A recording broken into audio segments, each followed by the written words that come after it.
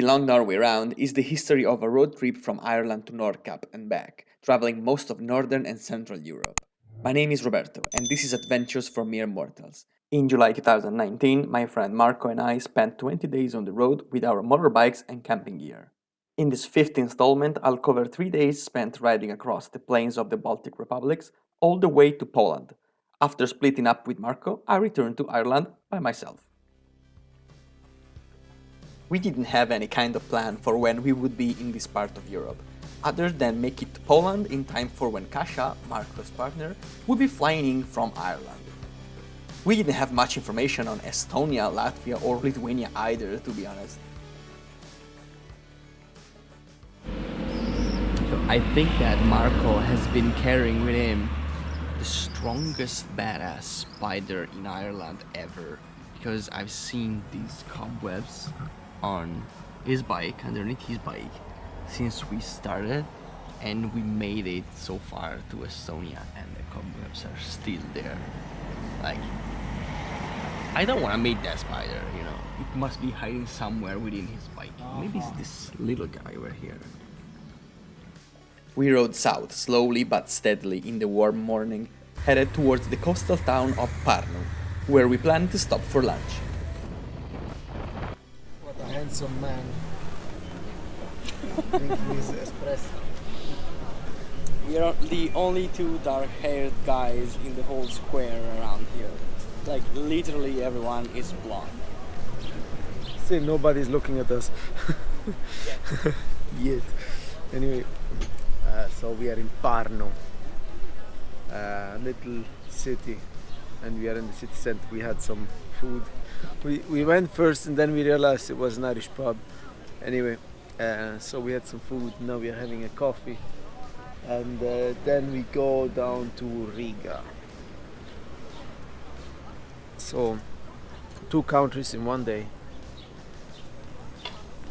Shortly after leaving Pärnu, we reached the country border with Latvia, one of the many we had to cross in our trip. Though I must say the Schengen area is nice, but it doesn't really feel like you are changing country when you don't have your papers checked.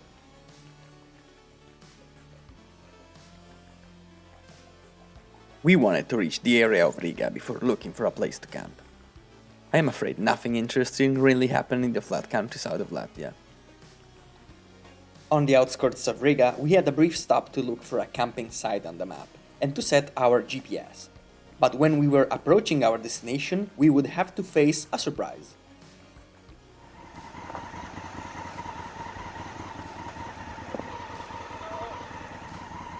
Hello?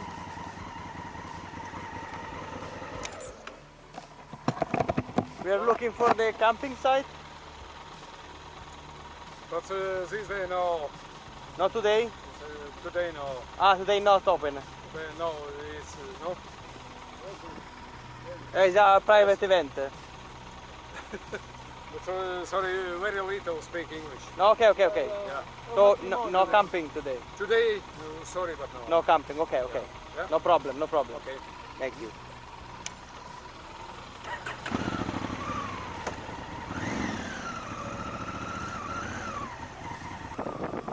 So, with this spot out of the equation, we needed to get back on the road, point our wheels further afar from the urban area, until we crossed the dam on the Daugava River to reach another camping spot in the countryside.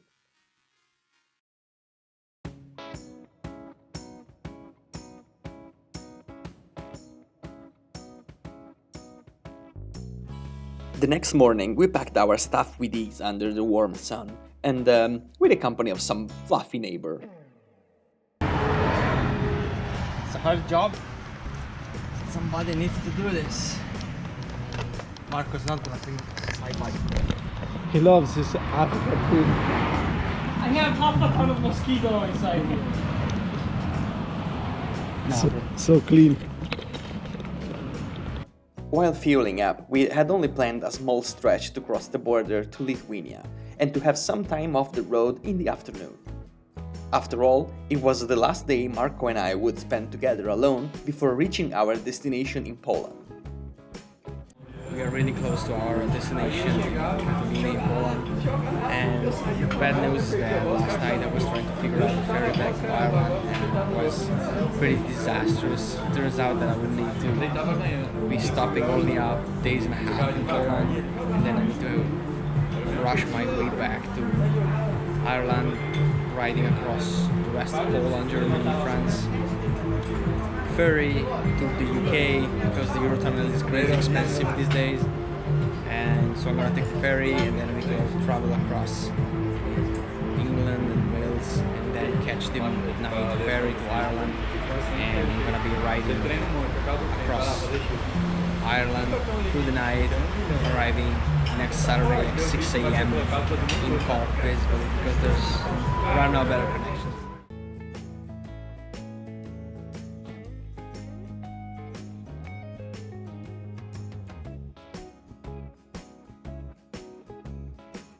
So we just stopped in Lithuania. We're not so far from the border with Poland, and we stopped for fuel. And I think the thing that I'm gonna miss the most about here is that, look at this.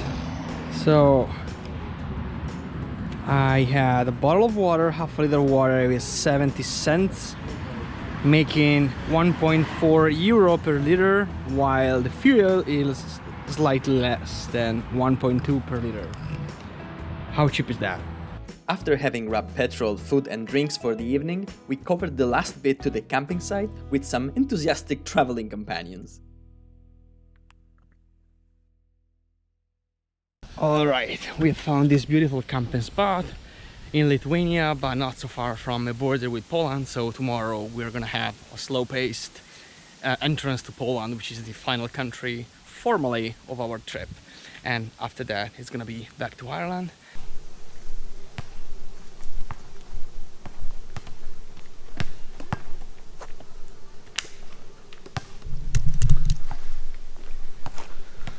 I don't know why he wants to sweat after sweating the whole day, but choices in life, I guess.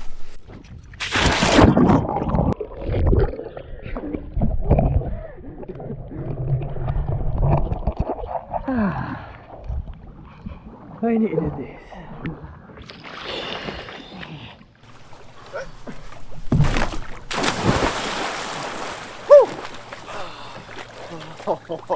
It's good, yeah. Fuck you. Come on, it's not too bad.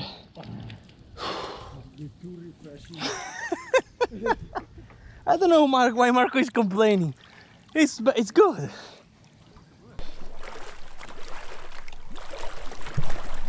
He was at the Olympics once.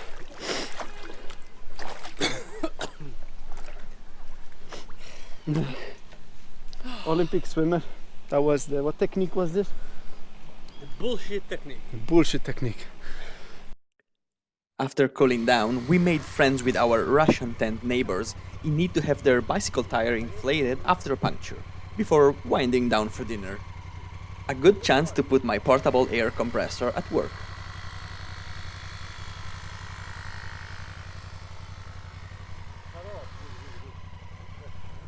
So, today is our last dinner.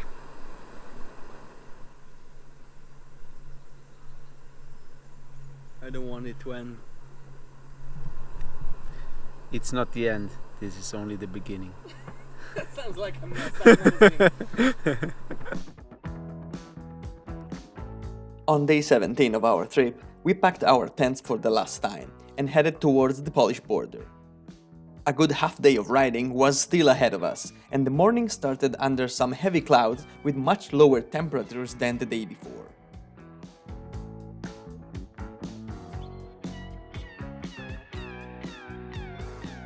Luckily, the few raindrops we caught were just a remnant of the night before, and we were not slowed down at all.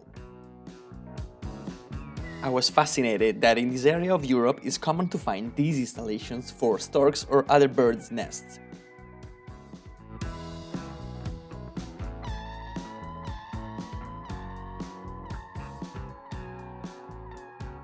Roberto, 14 countries.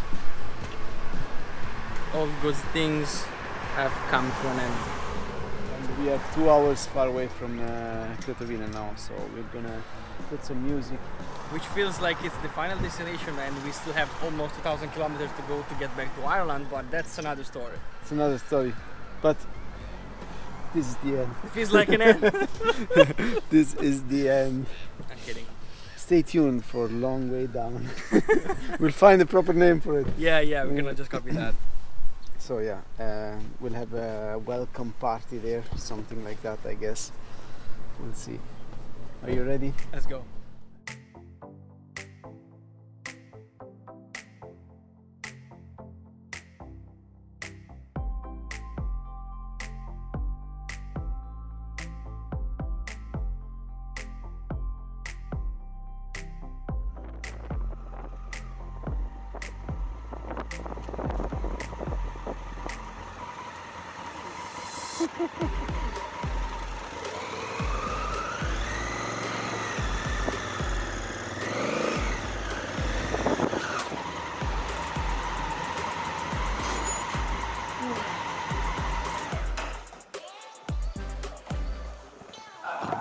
It's done. Hey Roberto! Hi, how are you? Full respect. Oh! There is all Europe on this bike. Don't waste your time, open this. Oh shit! 2 minutes in, we are already drinking a beer. Woo! What a success!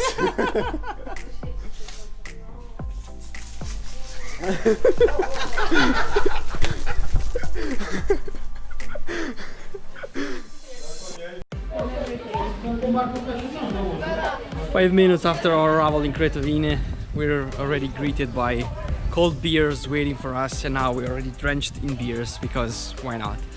And it was a great success. And the odometer says 8,703 kilometers, not counting still what we need to do to get back to Ireland, but officially the trip ends here. So I'll get back to you later.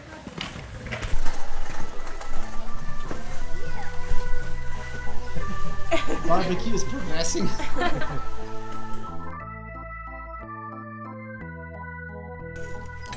No hunting for food anymore.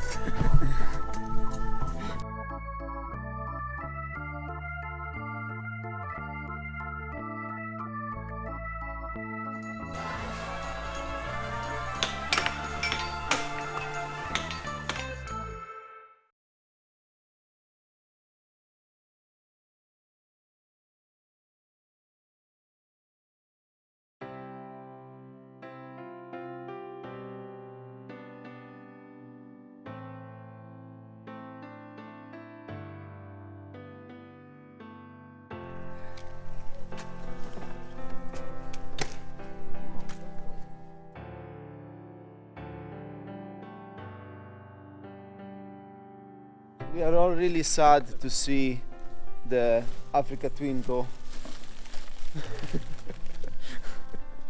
Roberto thinks we are here for him, but we are here for the motorbike. Well, maybe it's for the best. Along there. Thank you for Take the care. hospitality and Ah, it was great. welcome. And also Sorry. the trip control. Oh yeah, it was nice. Yeah. This was nice. Yeah. Take it easy now, huh?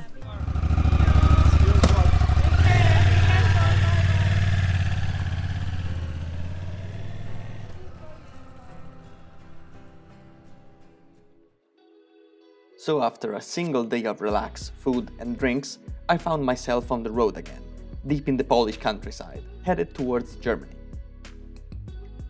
While on the way back to Ireland, I wanted to take the chance to stop by one of the many motorcycle gear shop Lewis to replace my worn-out gloves. Today it's been hard again because the temperature has been really hitting me. It's been 34 degrees today on the road, and it's been around against the clock to get in time to the shop in Berlin to get some new gloves because I really needed that. And I don't have time tomorrow to stop by because tomorrow I need to be, I don't know, maybe in the Netherlands or in Belgium, somewhere around that area.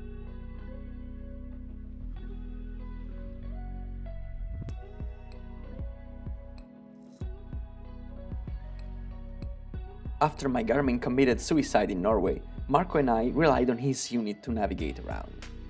After splitting up in Poland, I fitted my phone on the handlebar as a backup to avoid losing direction and wasting precious time on the road to the UK. I couldn't really afford any delay and risked to miss my ferry. And yet, delays were waiting for me nonetheless. 9 kilometers. I'm at the scorching sun. 37, 38 degrees. Fucking it's 36 degrees here. And I'm stuck in the traffic in the autobahn. Today in Germany has been tough so far. I was literally melting today. This morning as I got out of Berlin, it was already 34 degrees at 10 a.m. and on the Autobahn, the motorway, it got even worse, up to 38, 39 degrees. And I was stuck for almost half an hour, like more than 20 minutes for sure, at 38 degrees under the sun on the motorway, because there were some kind of roadworks and even the emergency lane was not available for slowly sneak over the traffic. Between stops for petrol for the bike and water for myself, the afternoon dragged on with no more traffic, but with a lot of heat. And I mean a lot.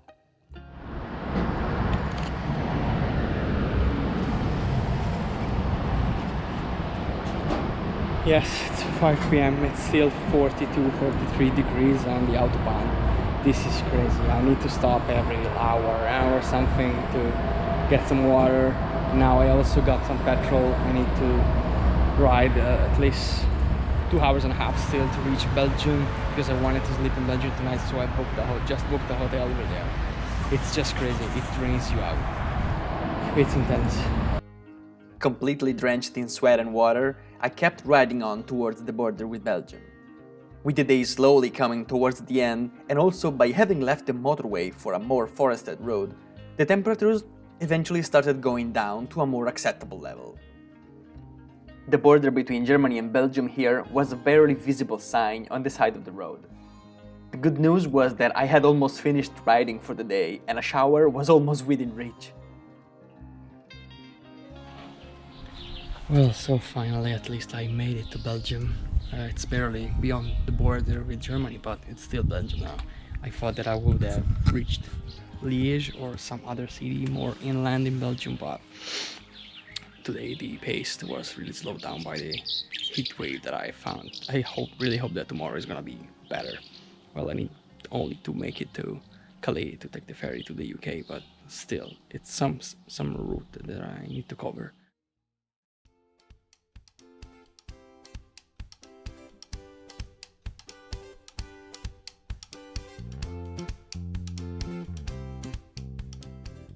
Since the very first hours in the morning, it was clear that, regardless of my hopes, this would have been another hot day in Central Europe.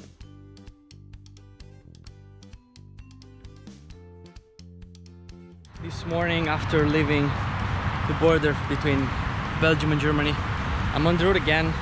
I'm close to Liège and I'm on my way to Bruges, where I was hoping to stop for lunch if I can make it.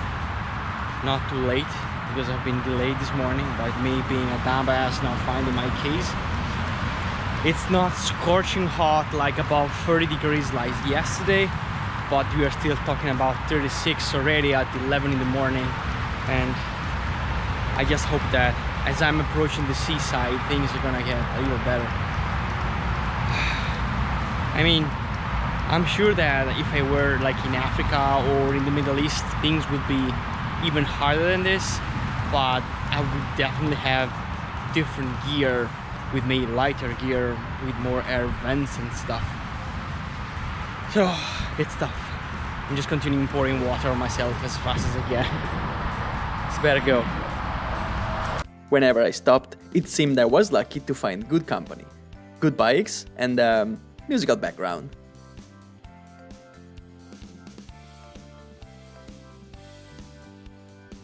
I found out that I was driving by the racetrack of Spa-Francorchamps, as kinda advertised by the red and white curb on the side of the road.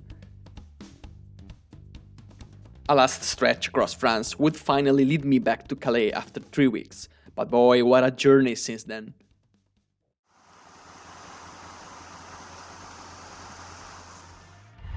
Arrived in Calais at the port like 20 minutes, still to go to take the ferry, not a minute late.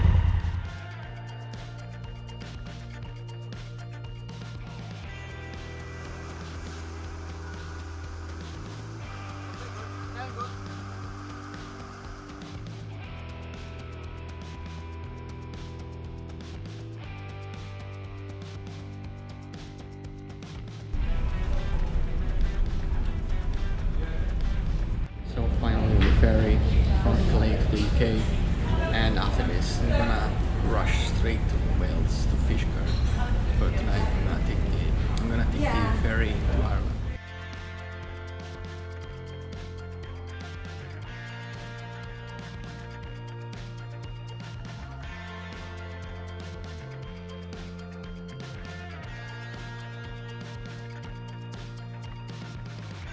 A huge traffic jam from Dover to London slowed me down massively, and with more than 500 kilometers to cover, I was hell-bent on the road to Fishguard in Wales. I could not afford to miss that last ferry. With the daylight dying out on me, I had to keep pushing relentlessly, hour after hour, until it was just too dark for me to keep shooting in low light conditions. In the end, I arrived at almost midnight, with only 20 minutes before they would close boarding. Leaving Rosslare in the cold hours before dawn, I was greeted from Ireland with chilling temperatures and basically no one on the road for many kilometers. I quickly stopped for a romantic picture at sunrise, then moved to get petrol and gather my thoughts. I got off the ferry at about 4 AM. I was able to sleep about 3 hours in the ferry itself because I was really exhausted by last day. And for the amount of kilometers that I put in, now I'm in Ireland again. I am on the road to Cork, halfway already. I just need to stop for petrol and a cup of coffee because it's chilling, like it's 12 degrees. I didn't feel this cold since I was in Nordkapp. Let me check the odometer on the bike. It says 11,130 kilometers. I still have, I think, 70, 80 to Cork.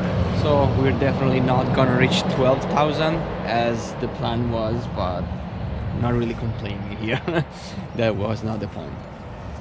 I don't know. I don't have any other words that I can add to this amazing experience that I had. And I really hope there's gonna be something even better, not too far in the future. This is it. Thank you for watching the Long Norway Round series. Feel free to show some love, liking the videos, subscribing to the channel, and sharing it with your friends. Reach out in the comment section below to have a chat. I'll see you around.